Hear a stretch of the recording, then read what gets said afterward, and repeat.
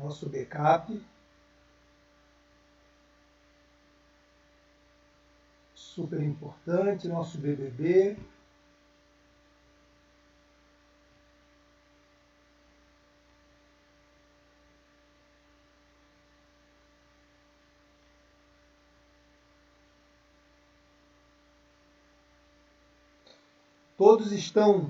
Todos estão aqui em Florianópolis ou tem alguém aí nesse período de pandemia em outros estados aí, onde o frio aí está negativo? Estou no Rio Grande do Sul, professor. Meu Tá quase Deus. negativo. Quantos graus? Tá 1 grau, mas a sensação térmica tá negativa. Meu Deus do céu, olha. Foi difícil levantar. Eu sei, eu imagino, eu até imaginei assim que hoje ia ser o Ibope ia ser pequeno, né? Aqui em Florianópolis, deixa eu ver, tá 11 graus, a gente está todo encarangado, cheio de agasalho, meu Deus. Coitado de quem não tem um agasalho, né? Porque não é fácil. Mas, saudade de 11 graus, é isso aí. Deixa eu fazer uma pergunta. A Gisele Ghisoni, tem um doutorando que chama-se Giovanni Ghisoni. São parentes. Ele trabalha numa empresa de vinho. É o teu pai, alguma coisa assim? Não, professor, eu não conheço, mas deve ser parente porque todo Ghisoni é parente. Sim, e talvez a maneira de escrever o Ghisoni seja diferente. Às vezes tem com 2E, com 2N's, né? Isso faz diferença, né? Com S, com GU, tem várias opções, vamos dizer assim. Isso, Mas é tudo parente. Ele é Giovanni Ghisoni também, até olhando aqui. Então é aí, pessoal, vamos respirar fundo, se agasalhar aí bastante e vamos conversar mais um pouquinho. Hoje não é tão longo assim. Vamos simplificar, mas não vamos deixar nenhum assunto assim, né, pendente, assim, sem uma explicação melhor ou de forma mais fragmentada. Olá, professor, bom dia. Bom dia, Alexandre. Como é que tu vais? Bem, graças a Deus. Professor, a aula passada, o senhor chegou a gravar ela, Cheguei. mas é porque ela não está disponibilizada ali no Moodle. Depois o senhor pode dar uma olhadinha, por gentileza? Mas é assim, Alexandre. Ali eles demoram 48 horas. Então, mas daí, no caso, foi quinta-feira passada, né?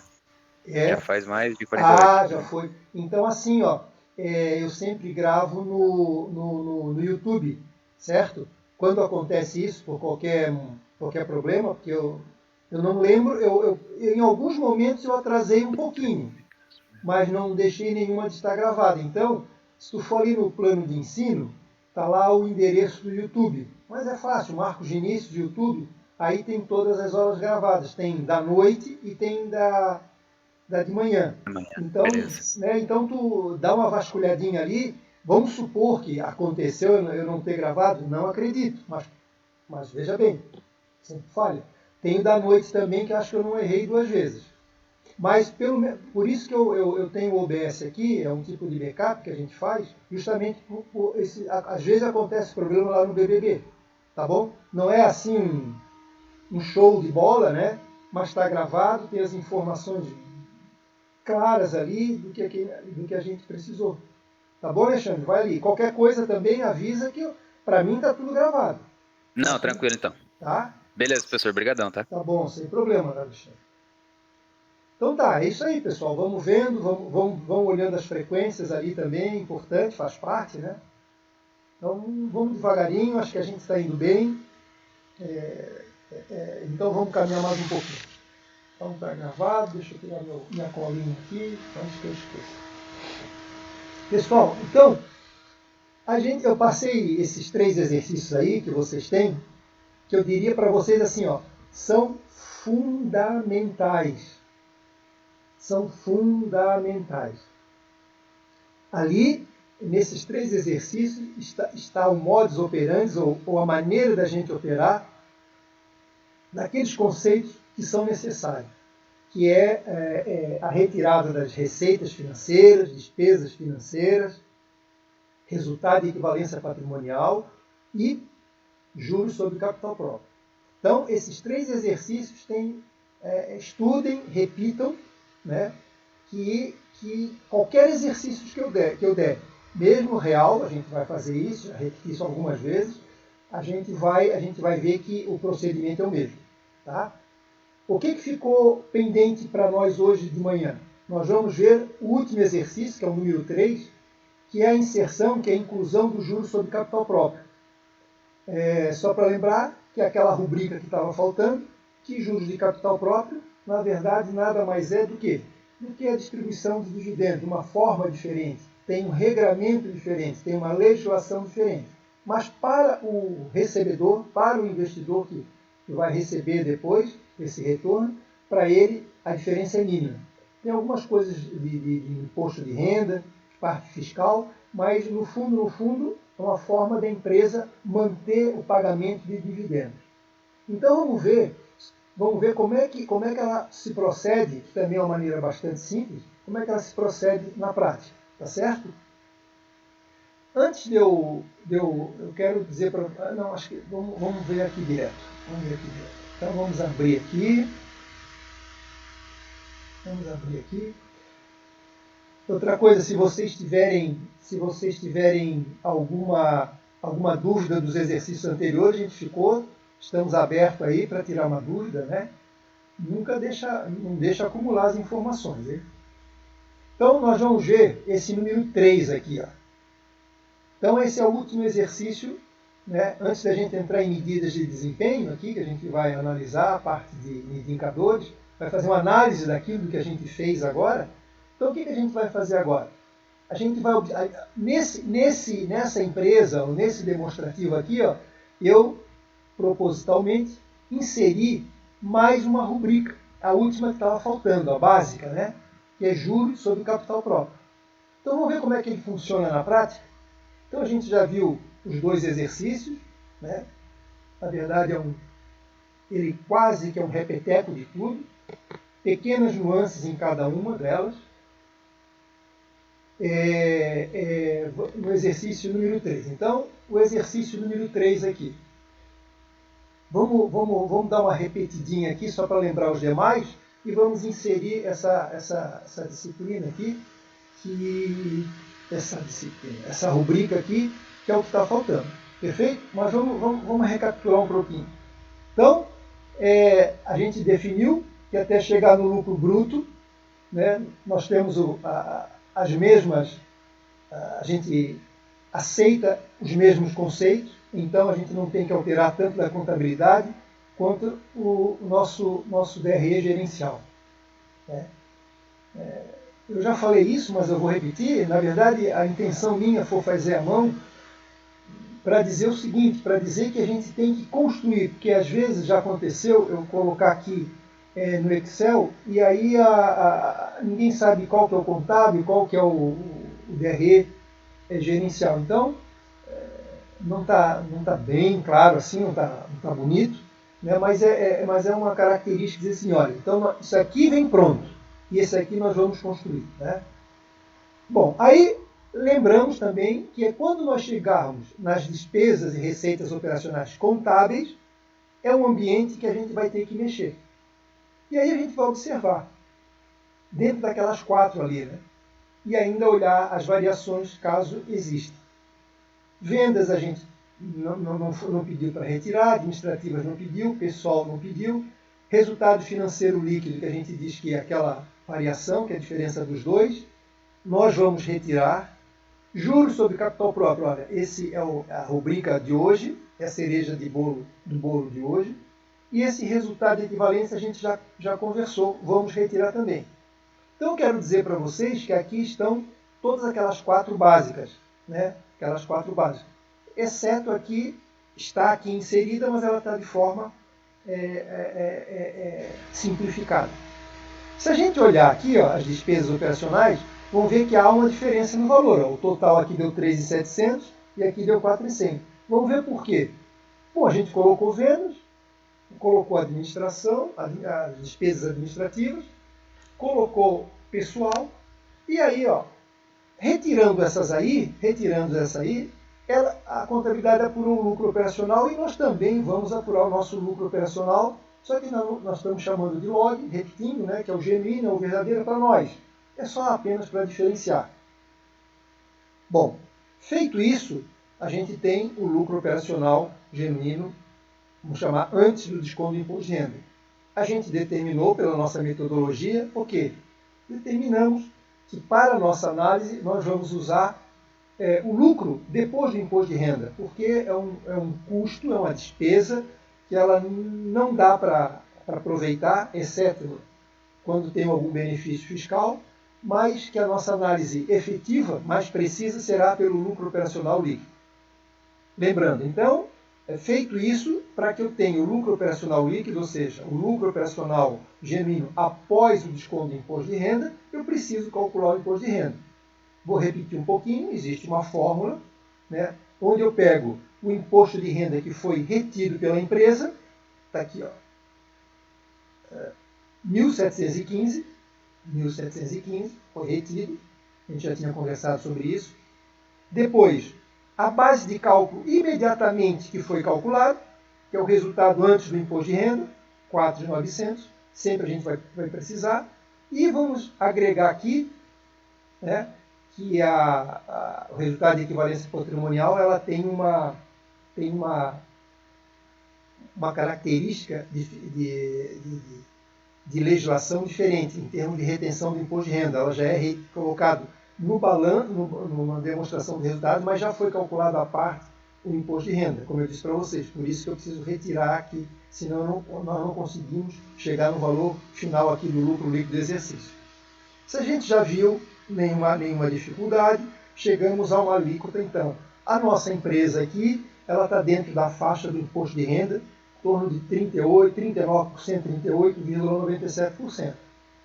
Calculo sobre a minha base do lucro operacional antes de descontar, temos o nosso imposto de renda e apuramos a parte mais importante, o item mais importante, que é o lucro operacional líquido. Daí a gente já tinha conversado. Bom, feito isso, a gente agora, eu disse para você, nós vamos devolver o que nós retiramos, para deixar o nosso DRE gerencial ajustado, né, de forma completa. Então, aquilo que a gente falou. Resultado líquido financeiro, neste caso aqui está sendo positivo, nesse caso ela está agindo como uma receita. Esse resultado aqui é um resultado positivo. Só lembrando, por que mesmo? Porque se a gente for olhar nos registros em detalhes na contabilidade, a gente pode fazer isso, vai ver que a gente vai encontrar receitas financeiras e despesas financeiras. Se nós diminuirmos, neste caso, tivemos mais receita. Então, o saldo que está ali, ela vai agir como uma receita, né? Bom, como é uma receita, isso aumenta o lucro. Se aumenta o lucro, é tudo aquilo que a fiscalização quer, é tudo aquilo que o governo quer, é tudo aquilo que o leão quer. Buscar uma parcela do imposto de renda, ou seja, imposto sobre o nosso lucro. Nós temos um sócio aí voraz, né? Querendo ou não querendo, o nosso governo quer. É claro que esses impostos aí é para ser aplicado na saúde, na educação, na economia, e assim vai, né? Infraestrutura. Mas a gente bem sabe que a nossa maior reclamação é que não é nem porque seja descontado, seja uma parcela, vamos supor assim, grande, mas a nossa discussão é que muitas vezes ele não é bem aplicado, né? Em outros países do primeiro mundo, o imposto de renda alíquota, a taxação talvez seja até maior, já chegou em 50%, chega até em 50% em alguns países do primeiro mundo, mas a gente tem uma educação de primeira linha, tem uma educação, uma saúde que nos dá todo o apoio, então é isso aí. Bom, então ela está agindo como uma receita.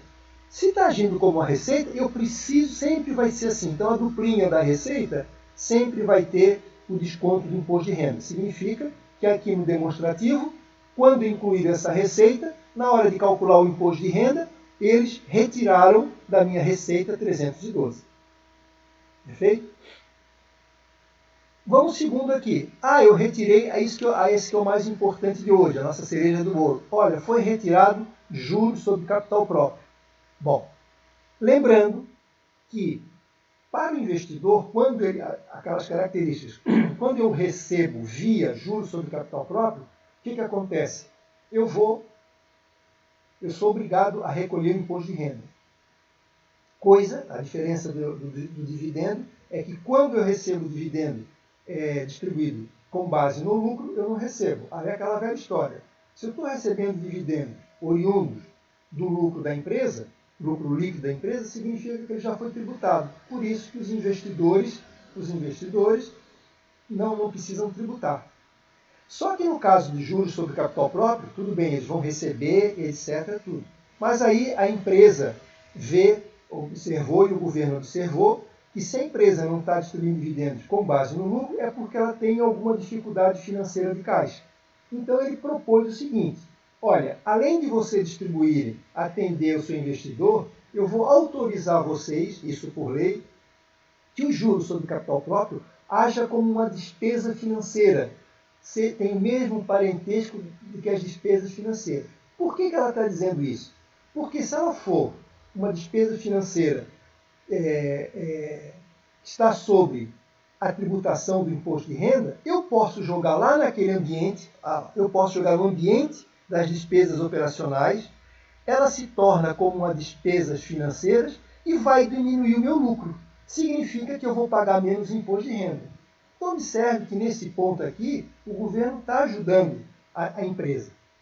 Voltando, se a empresa não pode pagar dividendos mediante a distribuição de lucros, através do lucro líquido, é porque a empresa está fazendo mão, está utilizando o juros sobre capital próprio, que é uma forma de pagar dividendos, só que ela está com dificuldade em termos de lucro, e aí ela vai basear no seu patrimônio líquido, como a gente já falou. Em suma, eu estou distribuindo 900, aqui no caso, e ela vai agir, neste caso, quando eu pago desta forma, eu estou agindo, a empresa me permite que eu classifique ela como uma despesa financeira, jogue no meu ambiente operacional para que diminua o lucro e para que eu pague menos imposto de renda.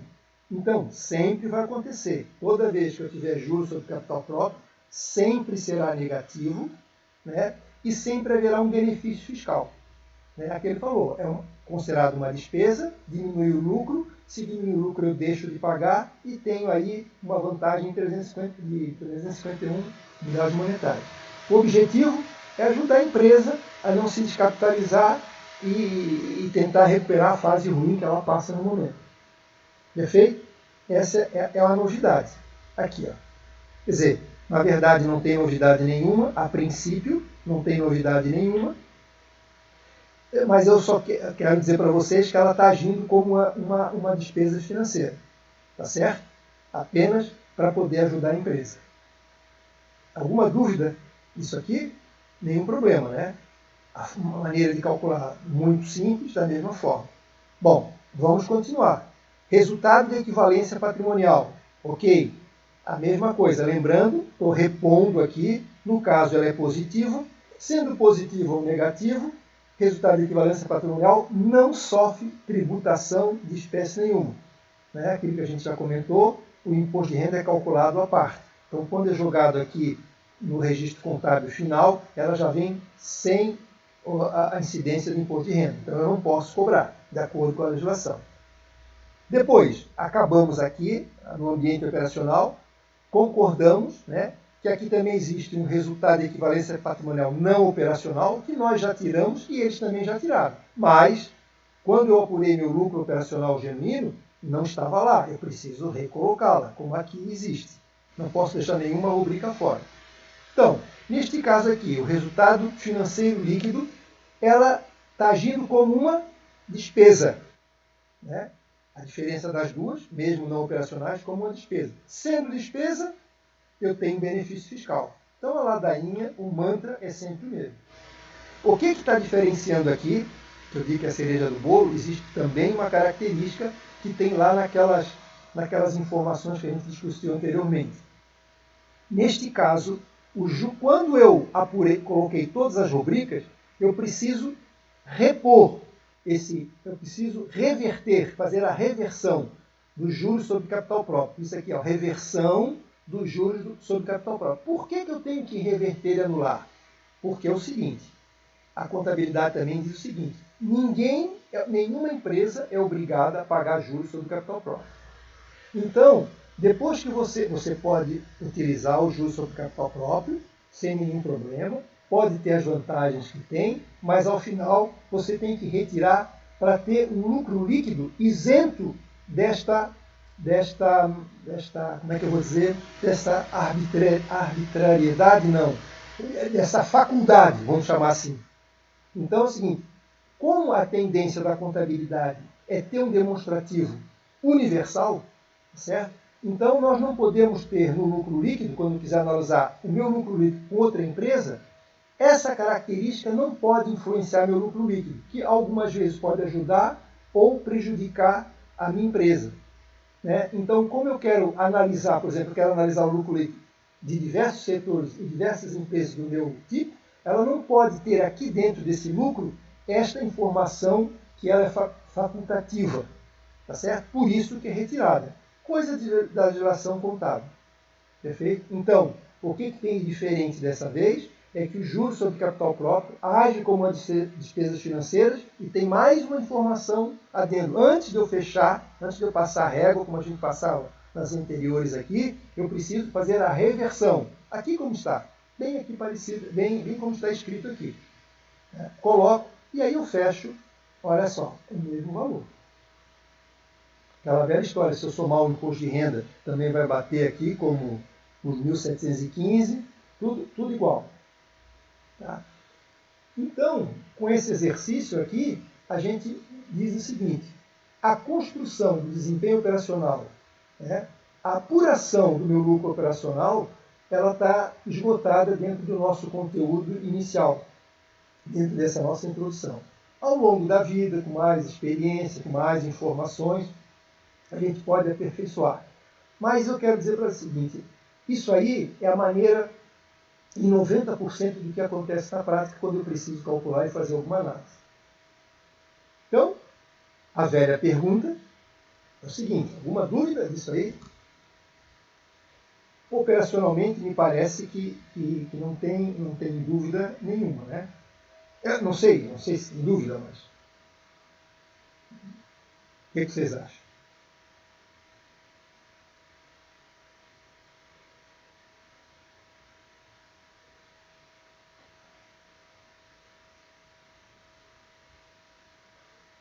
Ok. Então é isso, né? Então eu quero dizer que essa construção não deixa de ser mecânica, não é difícil. Eu diria para vocês assim, ó, eu posso até usar uma expressão contrária àquilo que a gente colocou lá no início, que a gente não deve decorar e não precisa, porque está tudo escrito aí, mas ela é mecânica, né? A gente sabe que receita financeira, eu tenho que descontar o imposto de renda. Despesas financeiras, eu tenho a vantagem do benefício fiscal. As receitas financeiras, eu preciso descontar o imposto de renda.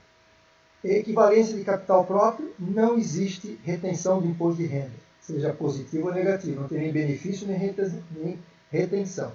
E o juros sobre capital próprio age exatamente como uma despesa financeira, que é a distribuição do lucro, que permite, justamente para ajudar a empresa, e ela vai agir exatamente como uma despesa financeira. Ela vai diminuir o lucro operacional para que deixe de pagar imposto de renda para ajudar a empresa a se capitalizar.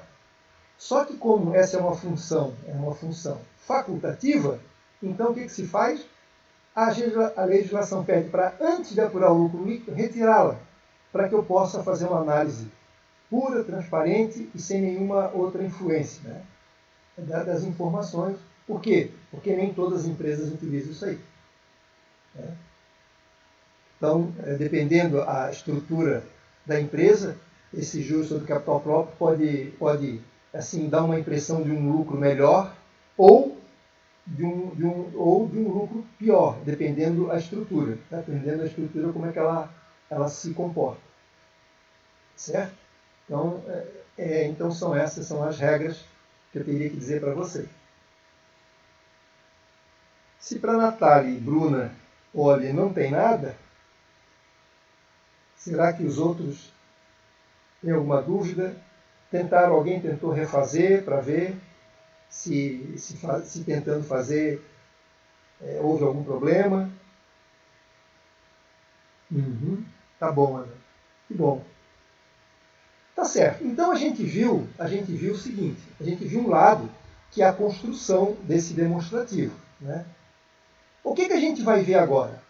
A gente vai ver agora uma coisa mais interessante. O que seria mais interessante?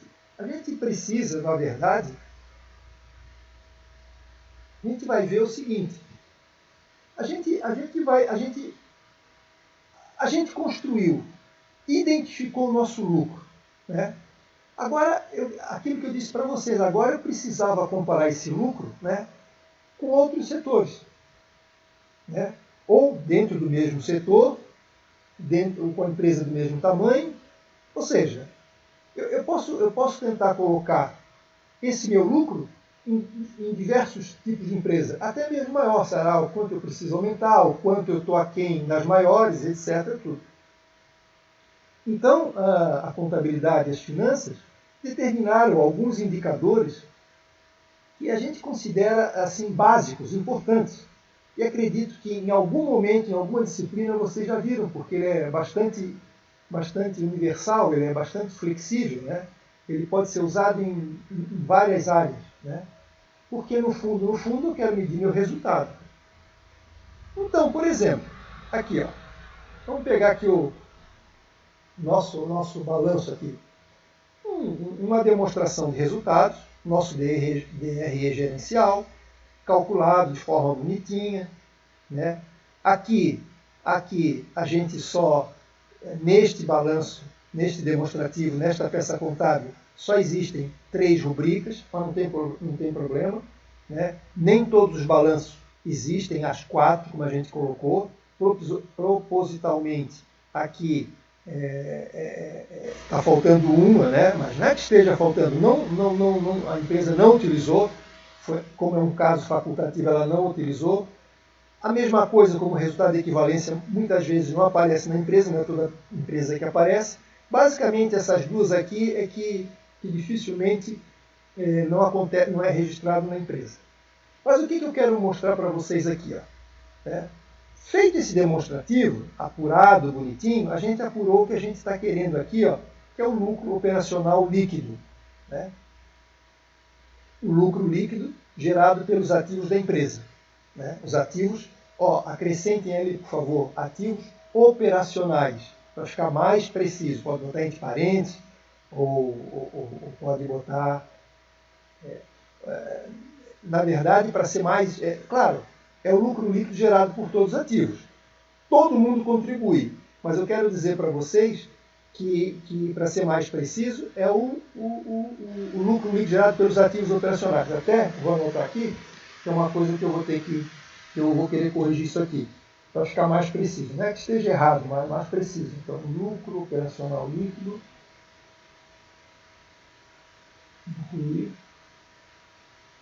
incluir os ativos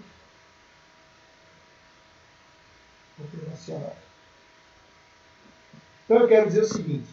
Então a gente apurou o lucro operacional líquido. Então é o lucro líquido, né, gerado pelos ativos operacionais, ou seja, pelos aqueles ativos relacionados diretamente com a atividade da empresa. Então eu vou acrescentar aqui, eu vou ajustar isso aqui para vocês, tá? Mas já vão anotando aí. Eu vou apagar lá do Moodle que tem e vou colocar... Faltou colocar isso aqui. Embora, a princípio, aqui está muito amplo, mas como a gente está buscando, a gente está focando nas atividades operacionais, eu quero dizer que é o ativos operacionais da empresa. Bom, então, quando a gente tem um demonstrativo aqui, ó, a gente pode se alimentar, pode beber na fonte com várias informações, que a gente vai ver ao longo do período. Por exemplo, esse lucro operacional aqui é a informação que a gente está querendo ver e está relacionada diretamente com o desempenho operacional. A gente pode identificar a atividade, como é que a atividade interna da empresa está se comportando. Mais para frente, a gente vai ver que quando a gente tem um registro de despesas financeiras, a gente tem interesse de saber quanto que a gente está pagando de dívida, ou seja, quanto que a gente está remunerando os credores, ou seja, aquelas pessoas ao qual a gente deve. Depois a gente pode também saber aqui o lucro dos acionistas, o quanto fica para a empresa. Ou seja, o demonstrativo ele é um conjunto de informações que, dependendo daquilo que a gente quer, ele traduz para a gente as informações e baliza aquilo que a gente está querendo saber, se a gente, na verdade, está bem ou está ruim. Por exemplo, olhando assim diretamente, a gente sabe, pô, a empresa deu lucro. Tá bom, deu lucro. Ótimo, é um primeiro passo. Mas como é que ela está perante as demais? Quanto isso representa em termos de taxa que a gente possa comparar com as aplicações financeiras, por exemplo? Né? A mesma coisa que o LOL. Nós estamos fixados, nós estamos concentrados em querer identificar quanto que eu estou ganhando em função da minha atividade operacional. Tudo bem, deu lucro? Já é um grande passo, aquilo que eu disse para vocês. Mas como é que a gente está perante as demais empresas? Tem algum indicador que possa medir? Que possa me informar? Por exemplo, se tiver alguns indicadores, se eu tiver um percentual que vai me indicar esse retorno, esse lucro, quanto representa, eu posso comparar no mercado financeiro, com o CDB, com a poupança, com os títulos do Tesouro Direto, né, com outras empresas. A gente vai ver isso aí um pouquinho na frente, apenas como um exemplo. Né? Então, o que nós vamos ver aqui? Nós vamos, essa informação aqui, principalmente esse lucro operacional líquido, nós vamos começar a medi-lo, né, para ver se a gente está, como eu sempre digo, bem na foto ou não. Ou seja, se a gente está competitivo no mercado. Tá? Ok, então eu vou precisar, para fazer essa análise, para aplicar esses indicadores, eu vou precisar das duas peças contábeis. De uma demonstração do lucro e uma demonstração do patrimônio da empresa. Tá? Isso é fixo, é contábil, eu cedo para vocês. Então, a primeira informação que a gente vai se concentrar, coisas que vocês já viram, são indicadores simples, mas de suma importância para a gente. Por exemplo, eu quero saber qual que é o chamado retorno sobre o ativo. Né? Então, na verdade, é uma sigla inglesa, universal, e que a gente vai utilizá-la para a gente ver qual que é o meu retorno. Quando eu falo retorno, significa que eu investi, né, que eu coloquei dinheiro e quero saber quanto que eu estou ganhando em função. Eu quero saber quanto está me retornando aquilo que eu investi. Então, tem uma primeira fórmula aqui bastante conhecida, talvez de vocês também, em outras disciplinas às vezes a gente utiliza. Retorno sobre o ativo, ou Return on Asset. Né? Desculpa meu inglês aí, tupiniquim, mas é porque, na verdade, ela é universal. A gente chama de ROA ou ROA. Olha só, todo aquele nosso esforço, a gente está dando uma peneirada. O que é o 1.757? É o lucro operacional líquido sobre o ativo total. Vamos voltar da onde que eu peguei essa informação. Eu peguei um exemplo de uma empresa. Se fosse esta empresa, onde eu retirei essas três rubricas, onde eu apurei meu lucro operacional líquido, 1.757. Então, se eu tiver, a gente depois vai calcular naqueles outros exercícios que são práticos ali, que a gente fez uma aplicação prática, né? E a gente vai utilizar o lucro operacional líquido. Então nosso esforço não foi jogado em vão. Né? Se eu quero ter essa informação, para eu chegar nos finalmente, eu preciso buscar essa informação. E aqui está aqui. Ó. Então eu peguei o retorno, o lucro operacional líquido, 1.757, e vou buscar o ativo total. Vou lá no balanço, vou pegar lá os 16.894. Tá? Então, vamos ver qual é o resultado que dá. Então, vamos interpretar. Na verdade, o que eu estou querendo saber? Se eu fizer essa divisão, essa razão entre aquilo que eu ganhei, então, é o meu lucro responsável pela atividade fim da empresa, dividido por tudo aquilo que eu apliquei. Ou seja, a tudo aquilo que eu investi na empresa. Aqui com uma visão geral. Por isso que naquele demonstrativo, eu ainda quero, ele está se baseando, né, no lucro operacional genuíno, baseado nessa informação aqui, no ativo total, onde ele considera o ativo global da empresa. Ou seja, não está errado, mas eu quero dizer o seguinte, esse ROA aqui é uma visão mais ampla, mais lato, assim, né? Como a gente diz lato, mais frouxa, né? Então eu estou comparando a minha atividade operacional com todo o esforço da empresa. Porque o que é o ativo? O ativo nada mais é do que eu peguei, olha só lembrando aqui, eu peguei todos os recursos do passivo, principalmente patrimônio líquido e principalmente as dívidas, né?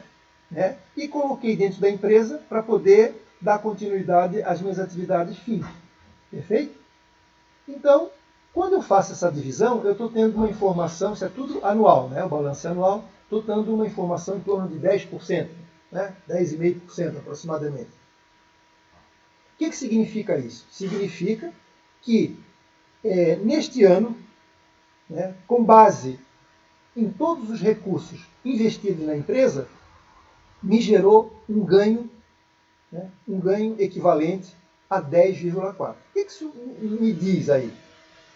Então eu preciso pegar uma outra empresa, por exemplo, e depois vou mostrar para vocês aonde que eu encontro essas outras empresas, e comparar. Claro, vou ver uma empresa do mesmo, veja se ela é de capital aberto, veja se ela é limitada, veja o número de funcionários, ou seja, uma empresa parecida com a minha, e vejo se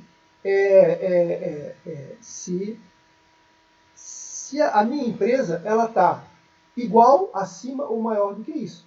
É um parâmetro para ver o meu desempenho, não é isso? A mesma coisa o nosso. Eu tenho nota 7. Eu comparo com o grupo da sala, como é que eu estou nesse 7. De repente, esse 7 pode ser a maior nota da sala, por exemplo. Então, meu desempenho com aquele grupo, eu estou bem. A mesma coisa. Eu vou pegar a minha empresa, aí eu também não vou pegar a população toda, nem o universo inteiro, vou pegar um grupo de empresas, a gente pode chamar de mais chique, né? Um cluster, né? Vocês devem ter ouvido falar em outras empresas. Um conjunto de empresas com as mesmas características e vejo se eu estou bem ou não. Como isso é uma informação interna, eu posso, o diretor, o empreendedor, eu posso ver se eu estou atuando de forma correta ou não. Então isso é uma informação. Tá? Algum problema de saber disso aqui? Não. Então é uma medida. Daqui para vocês não esquecerem as informações. Existe um outro aqui, que é um pouco mais, a gente chamou, como tem na academia, né? A gente chama assim, lato sensu. Lato sensu geralmente são os cursos de especialização. Né? É aquele que não é tão rígido, né? Não é tão profundo, ele é mais abrangente. E tem o que a gente chama de stricto sensu, que é aquele mais que se vai mais a profundo, não é tão abrangente, né? No sentido de um volume de informações, e ela é mais focada num determinado assunto que a gente quer estudar.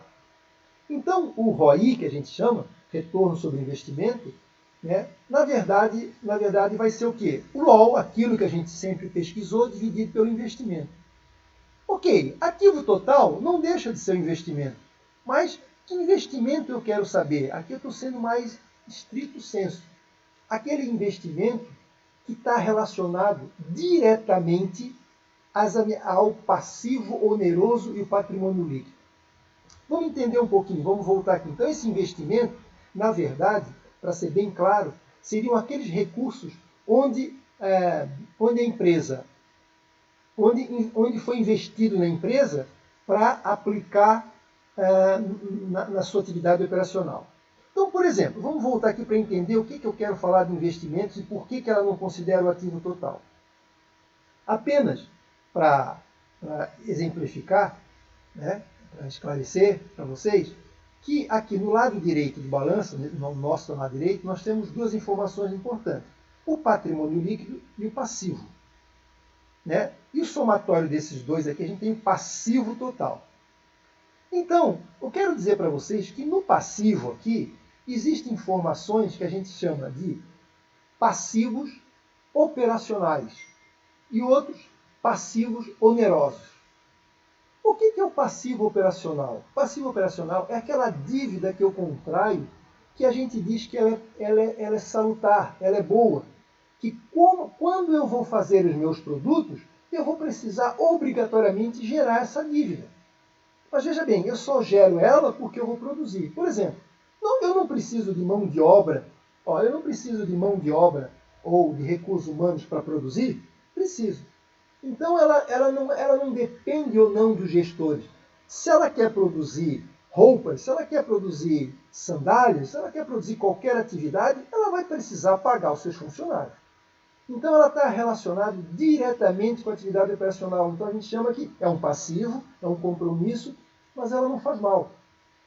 Se eu puder, não sei se eu vou complicar ou não, mas eu sempre dou essa informação, entre o nosso colesterol, né?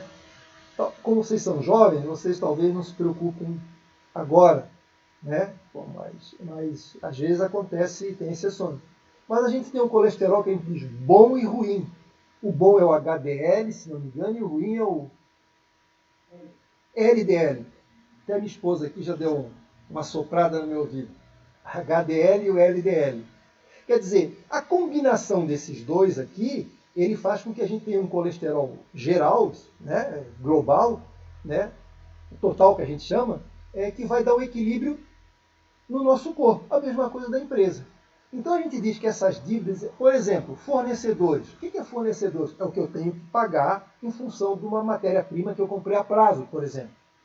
Ela tem que existir. Se ela não existe, por quê? Eu tenho que produzir, eu não tenho que comprar? Não, ela é obrigatoriamente, e eu digo o seguinte, se eu estou tendo bastante matéria-prima, significa que eu estou vendendo bastante. Então, observa como ela é positiva nesse sentido, né? Vamos chamar, entre aspas, né? Como ela está no lado passivo, é um compromisso, entre aspas, né? Um mal necessário. Então, olha, fornecedores, os impostos, eu sou obrigado a pagar, não tem como. Então, tudo vem em função da minha atividade. Dividendos, porque eu tive lucro, tomara que eu tenha bastante dividendos para pagar. Como a gente diz, quem paga bastante imposto de renda reclama, mas é porque tem uma renda boa. Agora, o que é um passivo oneroso, que é preocupante e que tem que ter cuidado? É quando a gente decide optar, utilizá-lo, que é os financiamentos, as dívidas. Então, lembra aquele negócio de financiamento, empréstimos e debêntures? Hoje a gente vai discutir um pouquinho sobre isso. São esses valores aqui, ó, que não dependem da minha produção, dependem da minha gestão. Por exemplo, eu estou produzindo, aí eu estou pagando. Se por acaso eu quero dar um passo maior, e aí eu não tenho recurso suficiente, aí eu vou utilizar essas dívidas, esses empréstimos. Aí é que mora o perigo. Então eu tenho que estar preocupado com essas rubricas, com essa característica aqui, ó.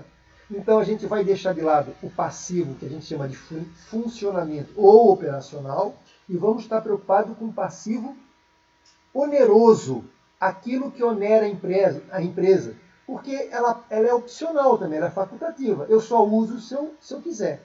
Assim também, por exemplo, o patrimônio líquido. É uma outra preocupação. Por quê?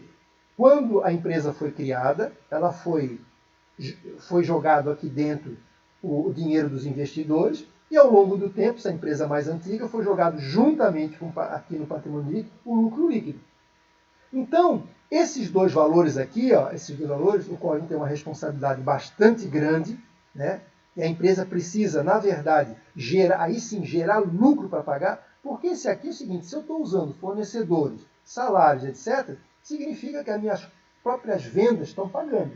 Agora, o financiamento e o patrimônio líquido são recursos onerosos que dependem do sucesso da empresa para eu poder remunerar. Perfeito?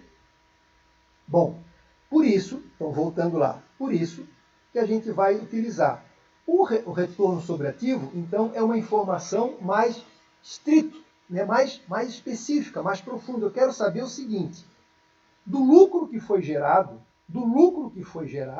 né, em função das atividades fins, quanto que rendeu em função daquilo que eu tomei emprestado. Aí eu fiz aqui, ó, um adendo que eu quero fazer uma explicação para vocês. ROI, o ROI, né? Cuidado para a gente não falar ROE, vai ter o ROE também. Às vezes a gente fala o E pelo I, mas é ROI, né? Sobre o investimento. Né? Que é o lucro operacional líquido sobre esse investimento. O que é o investimento? Investimento é chamado, agora queria a atenção de vocês, investimento ele é o chamado de passivo oneroso, ou seja, aquele que eu expliquei. São os de curto e longo prazo. Então, voltando, por que de curto e longo prazo? Por exemplo, de curto prazo são essas dívidas aqui, ó, financiamento. Os de longo prazo são aqui, ó, no exigível a longo prazo. Ele está classificado de forma diferente, em função do seu prazo. Então, o passivo oneroso, na verdade, eu vou ter que pensar os financiamentos de curto e longo prazo, apenas isso, buscar isso aqui e somar com o patrimônio líquido que eu estou identificando no meu investimento. Eu quero explicar um pouquinho. Esse passivo oneroso, geralmente no balanço, ele vai estar escrito de diversas formas. Ou empréstimo, sempre nessas três, tá? Ou financiamento, ou debênture. Empréstimos e financiamentos, eles são... Bom, todos os três, na verdade, é a busca da empresa de dinheiro para poder reforçar o caixa ou para reforçar as empresas. Só que na legislação tem apenas nomenclatura diferente. Por exemplo, a gente nunca diz assim, a gente fala, como é que eu vou dizer assim, fala no comum, eu peguei um empréstimo para pagar um carro. Na verdade, o certo é eu peguei um financiamento para pagar um carro. Por quê? Financiamento está atrelado a um ativo. Então, quando eu faço máquinas, equipamentos, quando tiver um ativo real, a gente chama de financiamento. Até porque, quando eu pego esse empréstimo, fica até mais fácil eu pegar financiamento, porque ele é atrelado a um ativo, e esse ativo real ele vai servir como um seguro para o banco, né? Como uma garantia para o banco. Mas eu também posso pegar empréstimos, que está mais voltado a capital de giro. Eu não preciso, ele não é atrelado a nenhum ativo específico, tá certo? Mas é um empréstimo voltado a capital de giro. Então isso é um pouco mais difícil, tem que explicar muito bem para que vai ser usado esse empréstimo. Mas no fundo, dependendo da situação que eu preciso, todos os dois aqui, na verdade todos os três aqui, é captação de recursos para colocar dentro da empresa. Né? São só formas de registro, forma de legislação. Né? Mas eu quero alertar para vocês que nesse nosso balancinho anterior está aparecendo só financiamento, mas às vezes aparece os três, às vezes aparece só um. E o que é debêntures? Bom, deixa eu explicar. Empréstimo e financiamento, quem pode dar é só banco. Né? Mas o governo disse o seguinte, se a empresa se atrelar a um banco, trabalhar com banco paralelamente, a própria empresa pode captar recursos por conta própria. Como é que ela faz?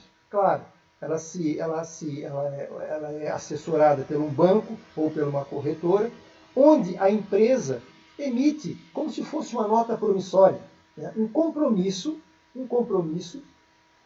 de pagar a empresa em função do dinheiro que os investidores colocam dentro da empresa. O que eu faço? Então, se a empresa geralmente, eu pego, grosso modo, né? Depois que eu me assessorar com o banco na parte legal, o banco ajuda a emitir esses documentos, esses títulos de crédito, e eu saio por aí vendendo.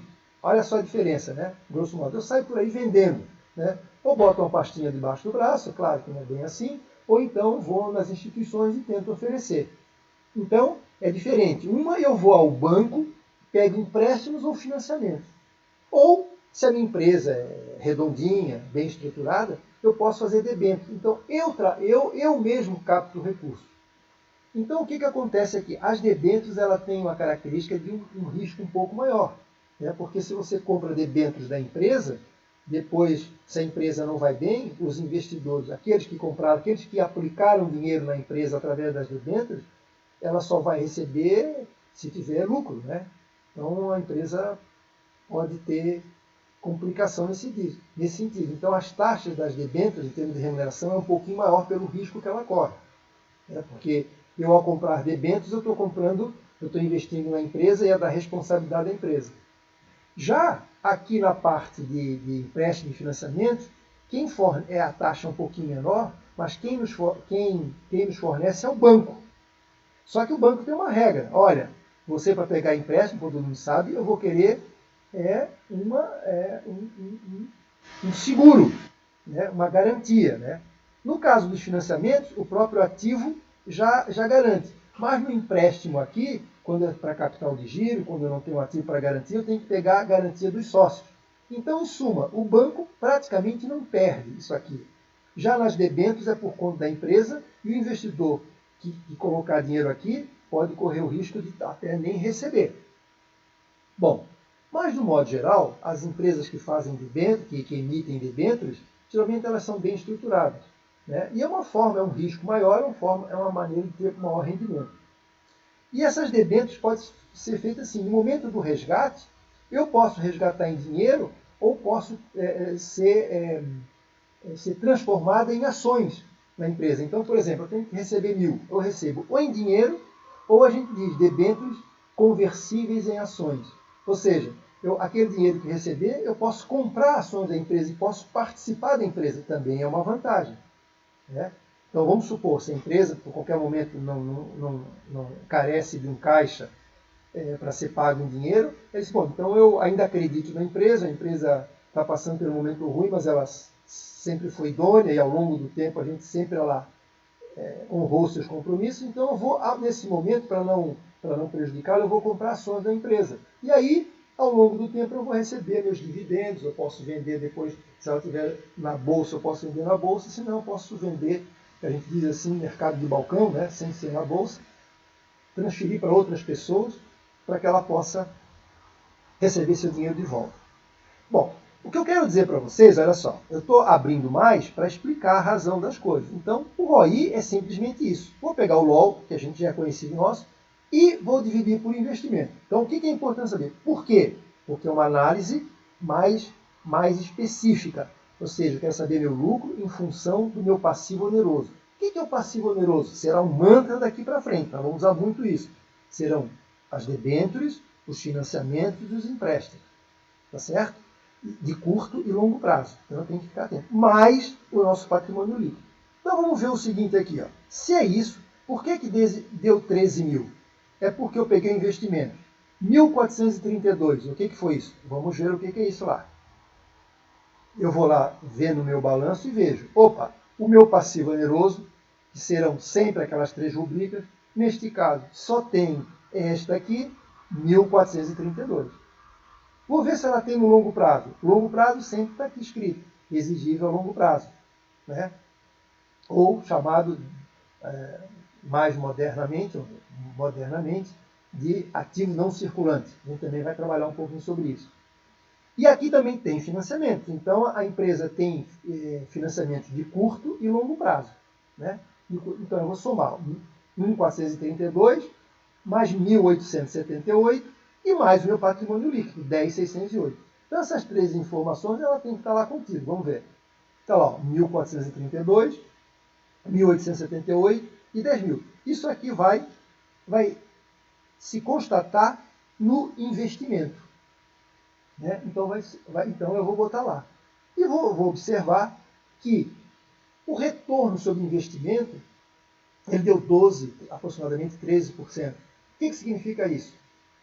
Em função daquilo que eu tomei emprestado de bancos, que a gente chama de capital de terceiros, e próprio, está dando um rendimento de 12,62. Né? Então, meu lucro. Como é que eu posso saber se em relação à minha estrutura financeira, em função da minha, do meu compromisso oneroso, como é que eu estou, como é que está o meu retorno, o meu ganho? E ele se caracteriza até um pouquinho maior. Nessa empresa, até um pouquinho maior. Por que um pouquinho maior? Porque aqui eu estou sendo... O impacto dessas informações em relação ao lucro foi maior. Isso aqui é basicamente em função da estrutura. Aqui ela está considerando a empresa como um todo, quer dizer, os outros ativos influenciam e a rentabilidade não é tão... assim, não é tão boa. Aqui, em função dos meus empréstimos, eu estou também deixando de considerar outras informações, ele se torna mais alvissareiro. Mas o que importa?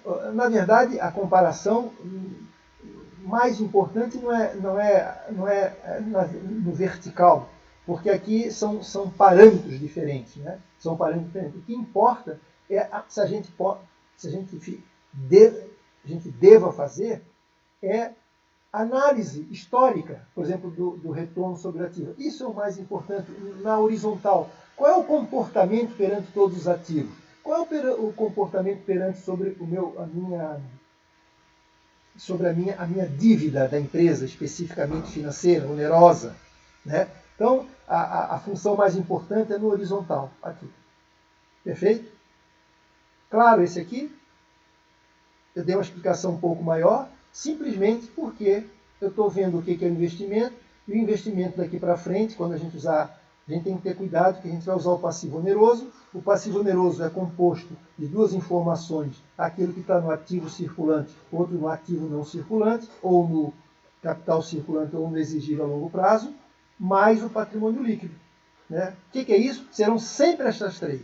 Então, nós não vamos ter dificuldade em identificá-la. Pode existir as três ou as duas. Tendo esse valor, eu analiso. Perfeito? Alguma dúvida, por enquanto? São indicadores importantes, universais, muito conhecidos, básicos, simples, né? Mas que são de bastante, que são de muita informação. Né? Vamos ver mais um aqui. São dois. Agora vamos ver o retorno sobre o patrimônio líquido e depois o grau de alavancagem financeira. Perfeito?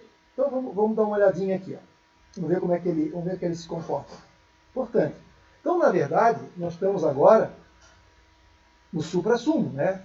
Nós estamos aqui, depois da gente ter o demonstrativo bem construído, com as informações bem apuradas, eu agora começo a ver efetivamente, qual é o desempenho da empresa. Obviamente também que o ideal é como a gente vê esses gráficos aqui, ó. Nunca é um ano só, né? A gente tem que ver o conjunto de, 5 anos, 3 anos, no mínimo 3 anos, para ver como é que se está vendo o comportamento, né? E sempre olhando na horizontal, aqui a análise horizontal, a gente poder montar esses gráficos e que, na verdade, o que a gente apresenta depois para a gente mesmo, para o consultor apresenta para os donos da empresa, etc. Tal, exatamente é isso aqui, ó, né? E esses indicadores e muitos outros que a gente vai ver. Né? A gente nunca pode confiar só num indicador. Então, durante o semestre, nós vamos ter aí uma cesta de indicadores básicos, importantes, que dão uma noção bastante grande sobre o desempenho do valor, o desempenho da empresa. Ou seja, ampliando mais o nosso papo, o nosso valor, lembra daquele valor? O valor da empresa. Né? O valor da riqueza dos acionistas. Vamos ver o que é. Agora, tem um outro aqui, ó, que quem gosta muito são os investidores. Que é a razão de ser. Né? Olha só lá, o nosso objetivo da empresa é maximizar, né, a riqueza de quem? Dos donos da empresa. Então isso aqui, ó, é o finalmente. Aqueles dois ali, aqueles dois indicadores, é para a gente analisar o desempenho interno da empresa, a gestão da empresa. Observa, lucro operacional líquido, lucro operacional líquido ou genuíno, observem que ele está na metade da demonstração de resultado. Só foram utilizadas algumas regras. E algumas rubricas voltadas à atividade operacional. Depois a empresa continua agindo de outra forma, de outras formas abaixo, que vai dar o lucro líquido lá. No fundo, o que a gente tem que atender, independente daquilo que a gente toma, é a satisfação, né? A satisfação dos investidores. Então, o que eu vou ver? O que é o ROE, que a gente chama, né? Diferente do ROI. É até diferente. Aqui ó, nós temos uma informação. Em vez de nós pegarmos o lucro operacional líquido, que é uma atividade operacional, nós vamos lá nos finalmente. Vamos pegar o lucro líquido, aquele lucro que está disponível aos donos da empresa, para ver se vai aplicar na empresa, vai no momento da divisão, e vou dividir única e exclusivamente pelo patrimônio daquilo que ele investiu. Aqui é uma preocupação apenas de quem? Apenas dos investidores. Aqui os investidores querem saber isso aqui, no final das contas, é isso aqui. Ó. Patrimônio líquido foi o dinheiro que os investidores colocou, foi o dinheiro que a empresa iniciou a empresa, O patrimônio, patrimônio líquido, é composto de quê? Basicamente do capital social, do lucro gerado ao longo do tempo da empresa e reservas, que a gente chama legais, né? Que é ser colocado. Tudo bem, essas reservas são legais. Mas o mais importante é o seguinte, é o dinheiro que foi colocado e o lucro ao longo do tempo que ela for auferindo, ou o prejuízo, que vai aumentando ou diminuindo o patrimônio líquido. Então, o que a gente quer dizer é o seguinte, que neste ano, especificamente, em função do lucro que estava disponível aos acionistas, em relação ao que eles investiram, renderam aproximadamente um pouquinho mais do que 15%. Então, retorno sobre patrimônio líquido é uma forma simples, mas muito útil, né, pela contabilidade. Teremos outras, pelos investidores também.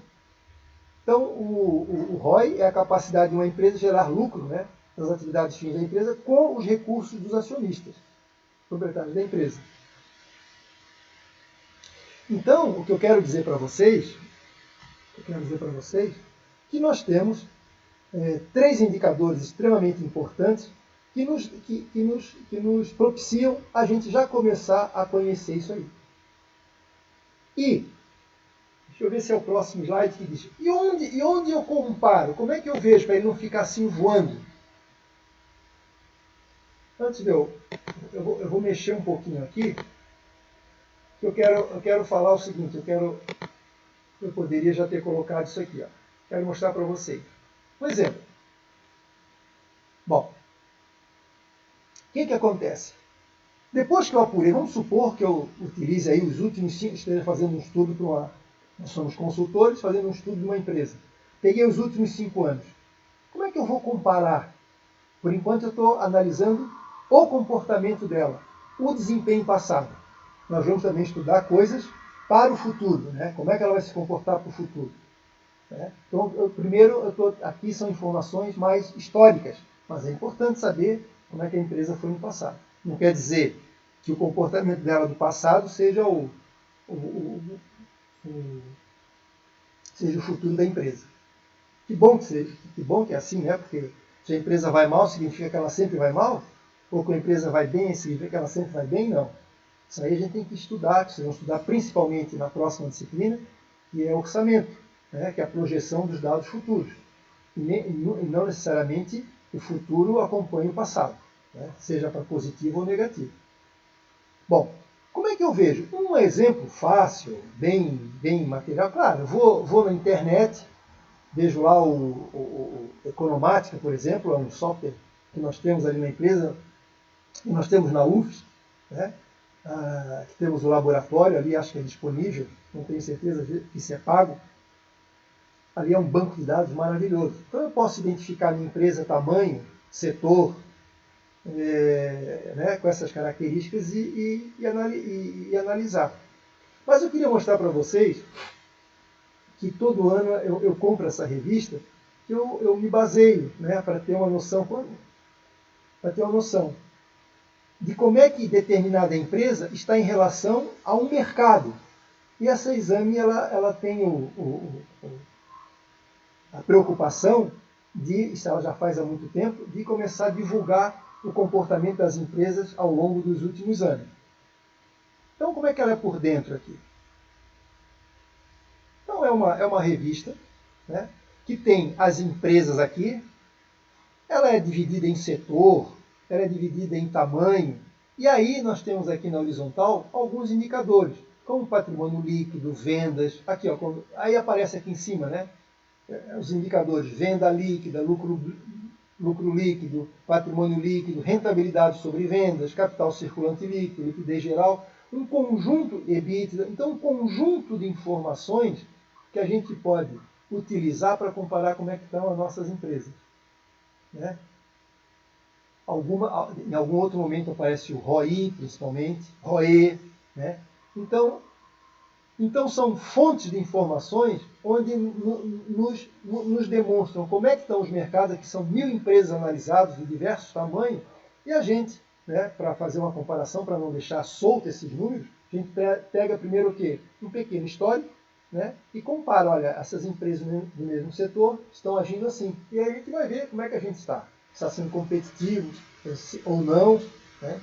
Então, isso é uma forma da gente medir e dar vazão a esses resultados. Se quiser ter uma outra informação mais geral, por exemplo, eu posso pegar essas minhas rentabilidades, esses meus retornos, e comparar, por exemplo, com a aplicação financeira no mercado. Comparo lá, por exemplo, se eu aplicasse em títulos do Tesouro. Né? Títulos do Tesouro do Banco Central. Ou melhor, títulos do Tesouro que é do governo. Né? A gente chama de Tesouro Direto. Então, são aplicações em títulos de renda fixa a longo prazo.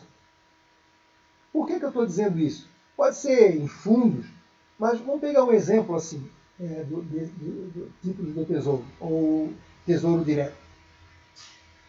Significa o seguinte, às vezes, aí eu digo assim, será que todo esse esforço que eu estou fazendo para ter determinada rentabilidade, por exemplo, retorno sobre o patrimônio líquido, ROE, tá? Eu como investidor, estou colocando dinheiro nessa empresa, estou dando um retorno, por exemplo, de 5% ao ano. Puxa, será que se eu aplicasse no título do Tesouro, que está me dando aí a longo prazo aí, 8% ao ano, será que não seria mais a pena eu mudar a minha estratégia de investir no dinheiro? Se eu tenho muito, eu faço uma bolsa, eu diversifico, né? Nunca se bota os mesmos ovos numa mesma cesta, né? Velho esse ditado. Então eu quero dizer o seguinte, eu posso também determinar, por exemplo, se eu sei lá, ficar me incomodando aí com os funcionários, etc., onde o ganho que eu estou tendo não me traz satisfação. Então, esses indicadores, eles me permitem que eu reflita sobre o desempenho da empresa e ver se eu fico ou saio dela. Né? São decisões que cada um vai tomar. Deixa eu ver se tem mais alguma informação que eu quero dizer. A utilização desses... Não. Então eu quero dizer para vocês que apurando esses resultados aqui, esses 3 primeiros, eu já posso, né, ter uma noção. Ou, por exemplo, existe um software aí, como eu já falei para vocês, muito importante, que é o Economatic. Tem no laboratório da universidade. E acho que está no departamento de economia. Centro Socioeconômico, departamento de economia. E a gente pode utilizar. É bastante amigável o acesso a ele, fácil de ter as informações, e ela, inclusive, traz indicadores mais iguais a esses que nós estamos usando ali. Nem todas as revistas utilizam esses que nós estamos utilizando. Mas, por exemplo, a revista Exame, eu tenho certeza que o ROE ela utiliza muito. Né? ROE e ROI, esses dois ela utiliza bastante. Então é isso aí. E para terminar o conteúdo sobre esse capítulo, que é desempenho operacional, lembra que eu falei que nosso capítulo 2 é desempenho operacional e alavancagem financeira? Então, nós vamos estudar um pouquinho agora e vamos terminar para ver o que é alavancagem financeira. Então, eu disse para vocês, vou passar para cá, algum dado aqui? Precisa de alguma informação, alguma coisa? Não, me parece que esses indicadores são muito fáceis, né? Mas com bastante utilidade. A gente até pode dizer que são indicadores estáticos, não são indicadores dinâmicos. Né? Mas não sei, mas a gente pode acompanhá-los ao longo do tempo. Né? Existem indicadores que a gente chama de dinâmicos, né? que são principalmente a taxa interna de retorno, valor presente líquido, payback, que a gente acompanha o futuro da empresa, o comportamento do futuro da empresa. Mas são coisas. Um é o histórico, né? Outro é o comportamento futuro da empresa, desempenho futuro. Então são indicadores assim mais precisos, né? mais efetivos, né? Mas a gente tem que, como eu disse para vocês, tem que usar uma cesta de ações, um conjunto de informações. Né? E aí a gente vai, do capítulo, ele fala em alavancagem financeira. E aí tem um indicador que me responde ao que eu vou falar agora para vocês. A alavancagem financeira tem tudo a ver. O que é a alavancagem? Né? É trazer, é levantar, né? É fortificar, né? É empoderar, né? É vitaminar a empresa. E o financeiro nada mais é do que como é que a gente faz isso, como é que a gente empodera uma empresa dentro. Primeiro é lucro, mas se eu quero empoderar mais ainda, eu quero galgar novos mercados. E muitas vezes eu não tenho recurso suficiente. Eu vou lá e pego dinheiro emprestado ou chamo os donos da empresa para botar mais dinheiro. Aí é uma decisão que a gente tem que analisar, porque de acordo com as teorias de estrutura de capital, a gente vai ver mais na frente, né? A gente teria uma ordem de pedido em função do custo desses empréstimos. Por exemplo, distribuir o lucro, né? Às vezes é mais caro do que eu pedir dinheiro emprestado. Né? Então a gente vai ver, ou chamar os investidores para colocar dinheiro, às vezes sai mais caro do que eu pedir emprestado, por vários motivos que a gente vai ver um pouquinho lá na frente. Mas, no fundo, a alavancagem financeira, o meu objetivo é dizer o seguinte: tudo bem, alavancagem financeira, na verdade, é eu aumentar, eu empoderar a empresa através do aumento de recursos financeiros, ou capital próprio, ou captação de terceiros. Geralmente, a gente fica bem mais atento, por ser mais rápido, mais ágil, a repercussão quando eu pego dinheiro de recursos de terceiro. Por quê? Tem uma explicação muito grande. Porque se eu chamar dinheiro de capital próprio, quando a gente coloca na empresa, a gente não, os investidores não tem como tirar da noite para o dia. Tudo vai depender do comportamento da empresa. Já o capital de terceiros para os bancos primeiro, é moeda deles. Segundo, eles recebem com garantia, porque a gente vai dar empréstimo, vai dar garantias para eles. Então, geralmente a opção da empresa além também de ser a gente também vai ver isso um pouquinho mais barato. Mas, em suma, vamos simplificar aí. Vamos deixar de entrar em detalhes para a gente simplificar. A alavancagem financeira, na verdade, é a captação de recursos próprios e de terceiros. Mas a preocupação maior está com o capital de terceiros. Deixa eu dizer para vocês o seguinte: até porque, em função da estrutura da empresa, quando eu capto recursos na empresa e coloco dinheiro na empresa, a empresa vai acontecer o que a gente chama de sinergia. O que é sinergia? Eu vou tentar explicar para vocês. Que 1 mais 1, isso vocês já ouviram falar, 1 mais 1 é 3. Né? Não significa que, se eu tomo dinheiro a uma determinada taxa, o retorno que eu vou ter vai ser igual àquela ali. Em função da estrutura da empresa, ela pode aumentar ou diminuir o retorno, em função da sua estrutura, da maneira como ela opera. Então é aquele negócio, até um exemplo aqui que a gente diz da bicicleta, né? Se a gente juntar todas as peças, a gente monta uma bicicleta. Só que a bicicleta ela é mais do que uma bicicleta, mais do que a montagem, né? Como diz aqui. O todo é maior do que a soma das partes. Né? O todo é maior do que a soma das partes. Então, quando a gente acaba de montar uma bicicleta, como vocês já devem ter escutado isso aí, eu posso usar ela para transporte. Ela pode ser muito mais útil do que apenas um monte de aro,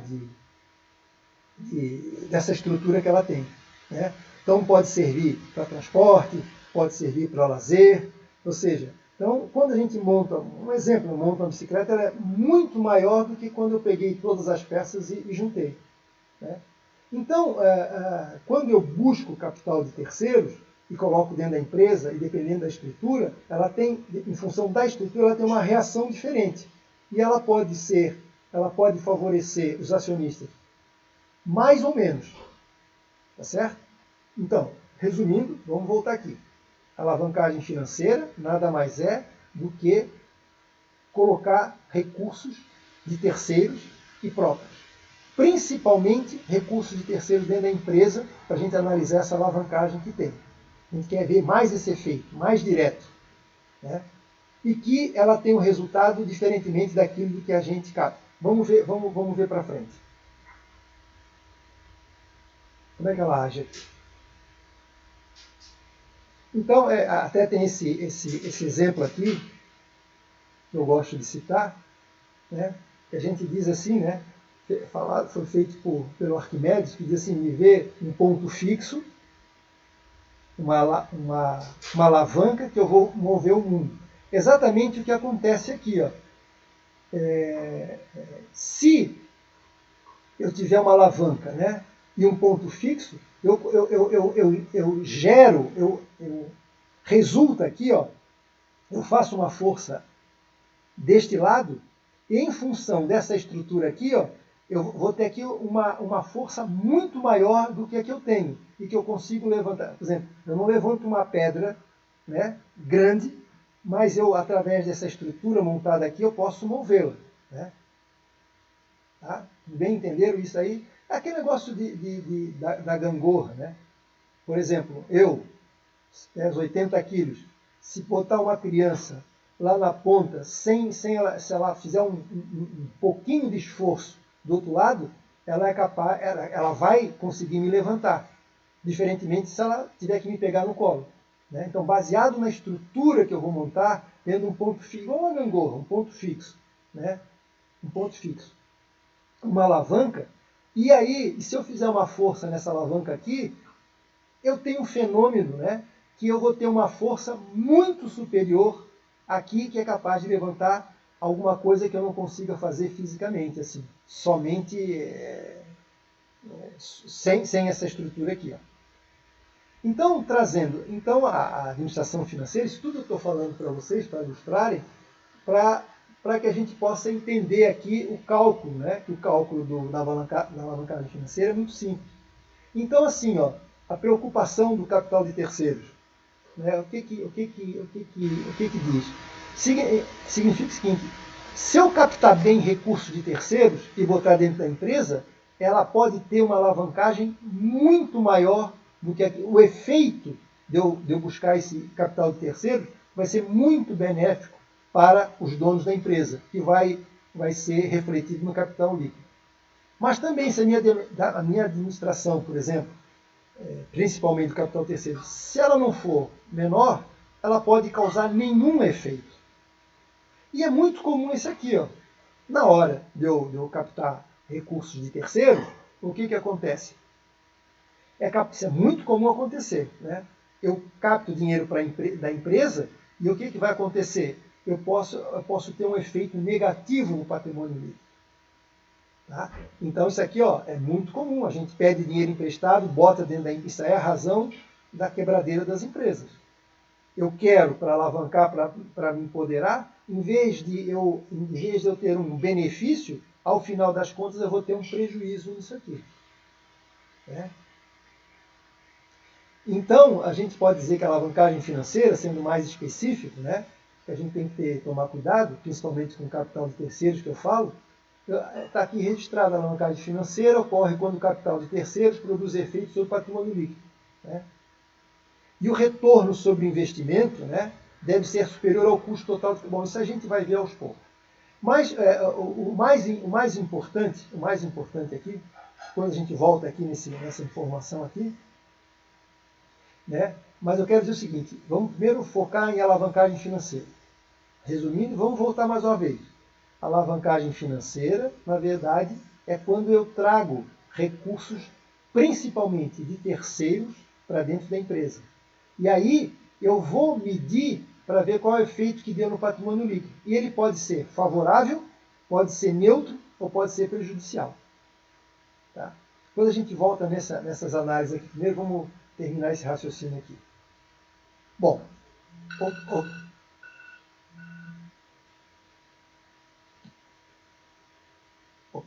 Por enquanto, tudo bem, pessoal? Nenhuma, dá para entender? Vamos nos finalmente. Vou fazer a nossa frequência. Pronto.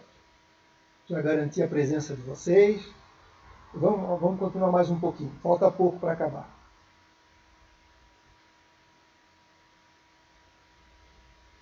Então vamos ver aqui como é que a gente trabalha em função dessa. Então foi nos fornecido que para eu identificar a minha alavancagem financeira, né, eu posso medir através de um coeficiente, não é percentual, a princípio de um coeficiente. A gente vai chamar de grau de alavancagem financeira. Olha como é simples a empresa.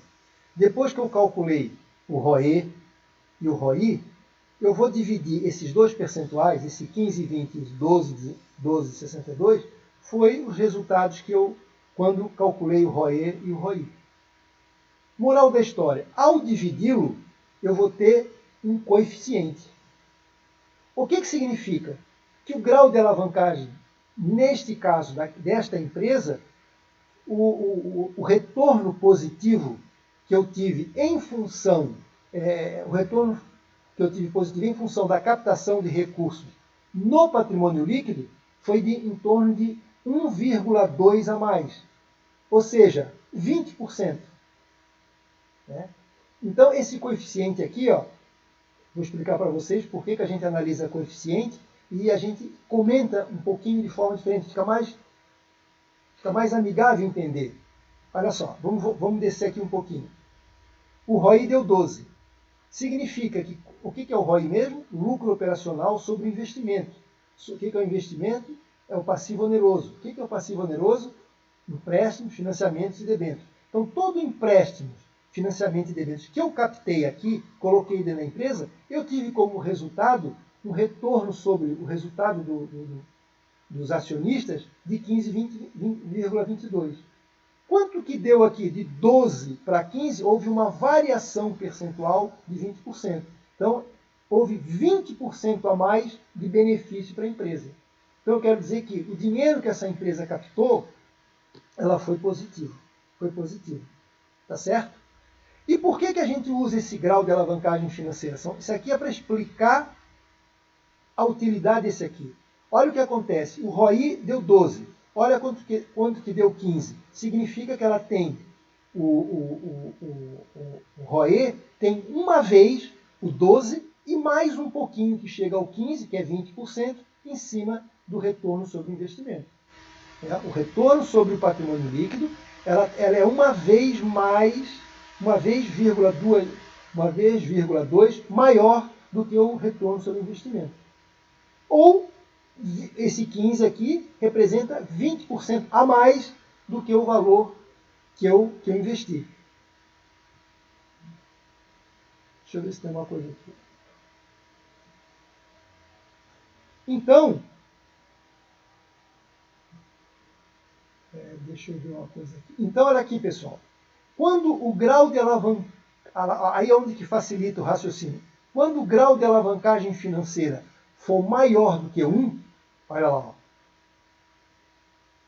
maior do que 1, significa que a empresa teve um grau de alavancagem financeira. Significa que ela, ao contrair as dívidas, ela teve uma melhora no dinheiro dos acionistas em torno de 20%. Bom, pode acontecer o contrário. Se o grau de alavancagem financeira for igual a 1, né, se der uma resposta de 1, significa que o dinheiro que eu tomei emprestado não favoreceu o patrimônio líquido. Eu tenho que analisar. E outra coisa que é bastante comum, quando eu pego o dinheiro, quando o grau de alavancagem for menor do que 1, significa que o dinheiro que eu tomei emprestado não beneficiou o patrimônio líquido, que é pior ainda. Então vamos voltar lá. Através, então, dessa fórmula, primeiro a gente calcula o ROE, calcula o ROI, e aí eu vou ver o grau de alavancagem financeira e vejo um coeficiente. O que é um coeficiente? É um número, não é percentual, é um número, tá? Em função dos resultados que eu tive aqui, de 1,2. Então, eu dividi o 15 em 2, o que essa razão está falando? O que essa divisão está dizendo? Está dizendo quantas vezes o retorno sobre o patrimônio líquido foi maior do que o ROI. 1,2 vezes. Ou 1,2 vezes. A gente vai falar, porque não chegou a 2, né? 1,2 vezes. O que significa isso? Tá? Em termos percentuais, acho que essa informação aqui é mais clara para a gente. Embora isso aqui seja útil. Encontrei um, foi favorável. Não encontrei, maior do que um, foi favorável. Não encontrei, ou prejudicial ou igual. Mas eu queria ir um pouquinho mais além. Bom, é favorável, mas o quanto foi favorável? Aí é bom a gente simplesmente diminuir. 1 menos 100 vezes. Sempre essa regra aqui. Ou, para ficar claro, vejo quanto que deu o ROI, que foi o investimento que eu fiz, interpreto como o ROI o resultado e vejo a variação percentual. Quantos por cento eu tive que colocar aqui para dar os 15? 20,4%. Então, esse relacionamento mostra que os proprietários estão com uma taxa de retorno de 20,4% superior à taxa geradora de ativos da empresa. Perfeito? Vamos voltar aqui então. Então, conclusão da nossa história. Então vamos concluir agora o nosso raciocínio. Fechando aqui. Então, a alavancagem financeira ocorre quando o capital de terceiros produz efeitos sobre o patrimônio líquido. Então, acho que ficou claro. O retorno sobre o investimento deve ser superior ao custo total da empresa. Isso a gente vai deixar um pouquinho mais para frente. Tá? E vamos ver aqui, isso aqui está mais voltado à nossa análise. Retorno sobre o equivalente àquilo que eu fiz, quando o ROE for maior do que o ROI, a alavancagem é favorável. É aquilo que a gente está dizendo lá. Ó. Quando o ROE for maior do que o ROI, a gente vai ver através do coeficiente, ele é uma alavancagem financeira. Quando o ROE for igual ao ROI, é uma alavancagem financeira neutra, o que acontece aqui. Quando o ROE for menor do que o ROI, a alavancagem financeira foi desfavorável. Perfeito? Todo esforço para aplicar. Fechando então. O que eu preciso? Eu preciso medir a alavancagem financeira. O que é alavancagem financeira? Na verdade, é o dinheiro que eu capto de recursos, principalmente de terceiros. Perfeito? Como é que eu posso saber se ele é benéfico ou não? Através de medir, obtendo o grau de alavancagem financeira. Este grau de alavancagem financeira eu consigo, rapidamente, utilizando a divisão entre ROE e ROI. Ou seja, esse grau de alavancagem financeira vai me dizer quantas vezes o ROE for maior do que o ROI. Ou, uma questão mais didática, quantos por cento o ROE ganhou em cima do ROI por eu captar esses recursos com essa rentabilidade. Tá certo? Então, eu diria que esses eram os indicadores que eu queria passar para vocês. Neste capítulo, ok, como chegou ao 20? Exatamente, é uma boa pergunta. As pessoas se enganam bastante. A pessoa se engana bastante o seguinte. O 20,4 não é apenas a variação percentual, que eu quero dizer aqui, ó, não é única e exclusivamente para conferir aqui com o coeficiente, não é simplesmente a diferença de número de pontuações. Até posso dizer, né? 15,2 para 12,62 teve um aumento em termos de pontos percentuais de 2,58. Mas não é isso que nós queremos fazer. A gente quer saber o seguinte, qual é o percentual que eu... isso sim que eu quero saber, isso chama-se variação percentual. Qual é o percentual que eu jogo em cima dos 12 para ter os 15? Então, o que a gente faz? Então, a variação percentual se faz. Deixa eu ver aqui, 15,2 Enter. Só um instantinho, deixa eu ver se o que eu vou falar é certo. 1 menos 100 vezes. Exatamente. Como é que eu calculo essa variação percentual? É pegar o resultado final, 15,2, dividir por 12,62, divido 1 menos 100 vezes. Aí vai dar os 20,44. Então, anotem essa fórmula aí, por favor. Como é que eu calculo a variação percentual disso aqui? Ou seja, a variação percentual que eu quero dizer é o seguinte: quantos por cento em cima do ROI me deu isso aqui? Então foi 20%. Se eu pegar 12,62 e botar lá 20,4 mais, vai dar os 15,20. É esse percentual aqui, ó, quando eu calculo 20,4 em cima dos 12, é aquela diferença ali. Ó. Tá? Mas o que eu quero falar para vocês, o que eu quero dizer para vocês, é que eu vou perguntar em algum momento, né? Até seria bom para vocês entenderem, para dar uma explicação mais fácil que diz, né? Eu com coeficiente, eu já identifico. Com coeficiente, eu estou vendo aqui claramente que o ROE é uma vez mais alguma coisa em cima do ROI. E quanto que é esse alguma coisa a mais? É essa fórmula aqui, ó. 15,2 dividido por 12,62, 1 menos 100 vezes. Ou, se vocês quiserem simplificar para ver a variação percentual, é fácil. Se já tem essa informação aqui, é outra forma de calcular. Continue. 1 menos 100 vezes, sempre vai dar a mesma coisa. Perfeito? Vamos supor que fosse agora ao contrário. Deixa eu ver uma coisa aqui. Vamos supor que desse negativo. Aqui, vamos ver como é que fica aqui. Ó. Vamos ver como é que fica. Se fosse ao contrário, grau de alavancagem financeira. A mesma coisa lá que a gente vai fazer. Né? Então a gente captou, se fosse ao contrário, né? Vamos supor. O 15 era o ROI, então eu busquei dinheiro a um custo de 15 e tive um retorno sobre o patrimônio líquido de 12. Então houve uma diminuição de 15 para 12. Como é que eu faço? O mesmo processo. 15, pega sempre o último, a informação mais atual. 12,62, Enter. 15,20 divido 1 menos 100 vezes. Vai dar menos 16,69%.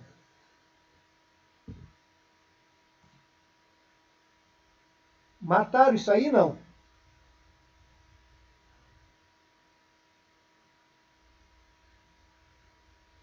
Hein, pessoal? Isso aí é uma continha simples, né?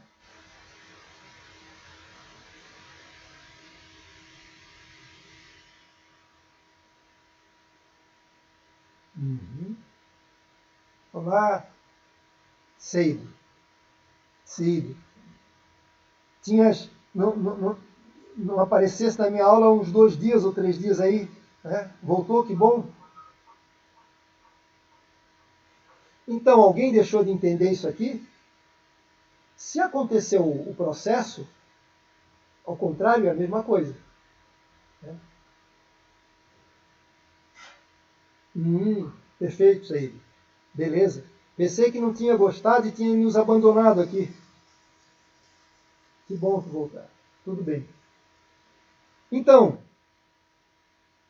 pessoal, alguma dúvida nisso aí? Tem certeza que entendeu esse raciocínio aqui? Ó?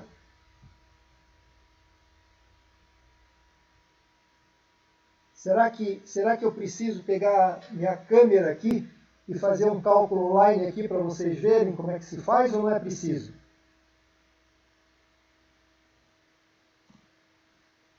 É um cálculo simples, mas eu posso fazer. A gente fez um exemplo. Ó, a gente fez um exemplo que foi positivo. A gente pode fazer um exemplo que seja um grau de alavancagem negativa. Eu pergunto para vocês, qual foi a desvantagem disso aí? Aí vocês precisam explicar isso aí, né? Eu acho que eu vou pegar minha câmera aqui, né? Vou pegar um minutinho aqui de vocês. Ainda são 15 para o meio-dia, acho que ainda dá um tempinho, é rápido. E vou tentar mostrar para vocês aqui. Acho que vai ficar melhor. Tudo bem, pessoal? Então tá, eu vou pegar aqui então um minutinho. Bom, quem não puder assistir, vai ficar gravado, né? e aí aí vocês olhem quando tiver tempo. Mas deixa eu pegar a câmera aqui. Vamos lá. Vou botar a câmera aqui.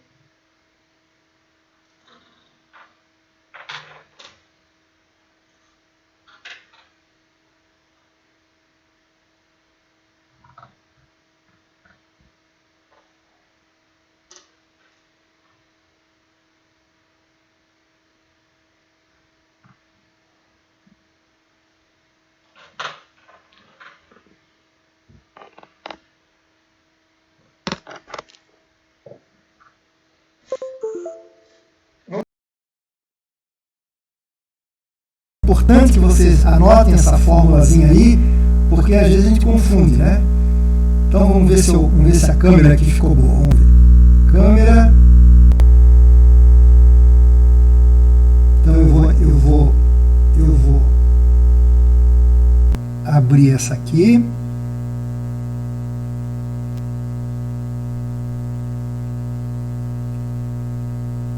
Ó. Pegar um papelzinho.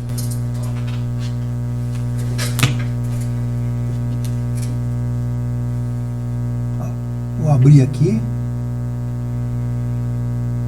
vai ficar mais fácil.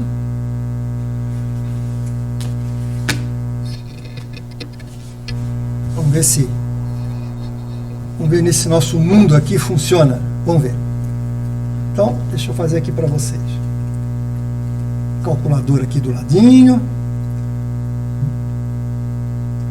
Grau de alavancagem financeira. Vamos supor, é o ROE dividido pelo ROI. Vamos supor que a gente já calculou que o grau de alavancagem financeira é igual. Alguém pode me dizer aí qual que foi o exemplo que a gente fez lá? O que está no slide aí? O ROI deu quanto? Deu? 15,2? Isso. Tá. E o ROI foi 12? 12,62. 62. E o outro foi 15,2 redondo, é 20? Isso mesmo. Tá, 20. Então esse é o nosso exemplo. Então a gente dividiu aqui. Isso aí você, né? 15,20 dividido por 12,62. Nenhum problema. Dividiu. 1,20. Tá bom. Isso é um coeficiente. O que significa? Aquilo que eu disse para vocês, né? Que o ROI deu como resultado lá, temos de retorno maior. O ROI foi 12,62 e o ROE foi 15,20. Como é que eu calculo isso aqui? Ó? Na verdade, eu vou fazer, então, a variação percentual é igual ROE sobre ROI menos 1 vezes 100. Essa é a fórmula, né? Mas mais simples ainda, o que eu vou fazer? Vou pegar o 15,20 dividido por 12,62 menos 1, fecha parênteses, vezes 100. Sempre vai ser essa fórmula. Aí vai me dar os 20,4. Perfeito? Vamos fazer uma situação contrária. Eu vou pegar o contrário disso aqui, uma alavancagem financeira desfavorável para vocês verem. Vamos supor que deu o contrário, para pegar os mesmos números. Aqui, ó. Grau de alavancagem financeira, nesse caso foi negativa. Ao contrário, 12,62 dividido por 15,20. Se nós dividirmos isso aqui, ó, 12,62 por 15,20 dividido, eu vou ter 0,83. Esse coeficiente. Opa, de cara eu identifico. O dinheiro que eu tomei emprestado não valeu a pena. Por quê? porque eu tomei a um custo de 15 e acabou rendendo para os acionistas 12. Aí ficou assim, ó. ROI, que inicia-se primeiro porque eu estou tomando dinheiro, a 15,20 custou para mim. E retornou lá para o patrimônio líquido, representado por esse coeficiente aqui, 12,5.